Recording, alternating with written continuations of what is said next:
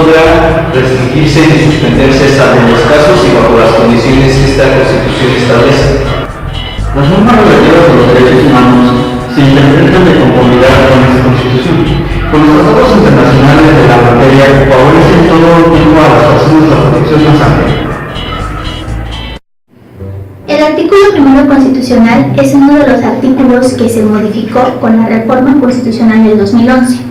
En el 2011 hubo una reforma constitucional que se denominó, o nosotros los abogados a veces la denominamos o la recordamos como de derechos humanos. ¿Por qué de derechos humanos? Porque antes el capítulo primero de la Constitución Política de los Estados Unidos Mexicanos decía de las garantías individuales y ahora dice de los derechos humanos y sus garantías. Entonces, con esta reforma se amplía lo que es el término de la protección solamente de garantías individuales con la protección a todos los derechos humanos. Todas las autoridades tienen la obligación de promover, respetar, proteger y garantizar los derechos humanos de conformidad con los principios de universalidad, interdependencia, indivisibilidad y progresividad. En consecuencia, el Estado deberá prevenir, investigar, sancionar y reparar la violación a los derechos humanos en los términos que establece la ley. ¿Qué quiere decir? Que no nada más a la Comisión de Derechos Humanos nos toca prevenir, investigar, sancionar y reparar cuestiones de violaciones a derechos humanos. No, todas las autoridades en el ámbito de sus competencias. ¿Quiénes son las autoridades en el ámbito de sus competencias? Pues a nivel municipal tenemos desde el presidente municipal, ¿no? La asamblea, ¿sí?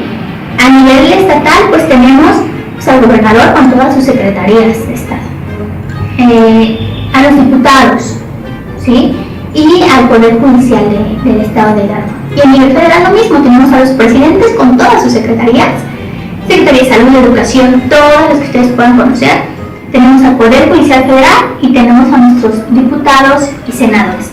Todas las autoridades en el ámbito de su competencia, todas debemos de promover, garantizar, respetar, difundir derechos humanos. Entendiendo de la vida, queda prohibido todo tipo de esclavitud. Los esclavos del extranjero que entren al territorio nacional alcanzarán por este solo hecho su libertad y la protección de las leyes. Pues no tenemos permitida la esclavitud. Nosotros a veces identificamos la esclavitud pues como los esclavos de la historia, ¿no? Pero en realidad ahora nosotros también podemos tener algunas figuras como de esclavitud, como la trata de personas, que es un delito, pero que es un tipo de esclavitud porque las personas no tienen libertades. El Estado de Estado de Hidalgo queda prohibida toda discriminación motivada por origen étnico, el género, la edad, las discapacidades, la condición social, las condiciones de salud, la religión, las opiniones, las preferencias sexuales, el estado civil o cualquier otra que atente contra la dignidad humana y tenga por objeto anular o menoscabar los derechos y libertades de las personas. Entre algo no hay discriminación. Las personas muchas veces discriminamos. ¿Por qué queremos discriminar? Porque la discriminación es intencional o a veces es no intencional.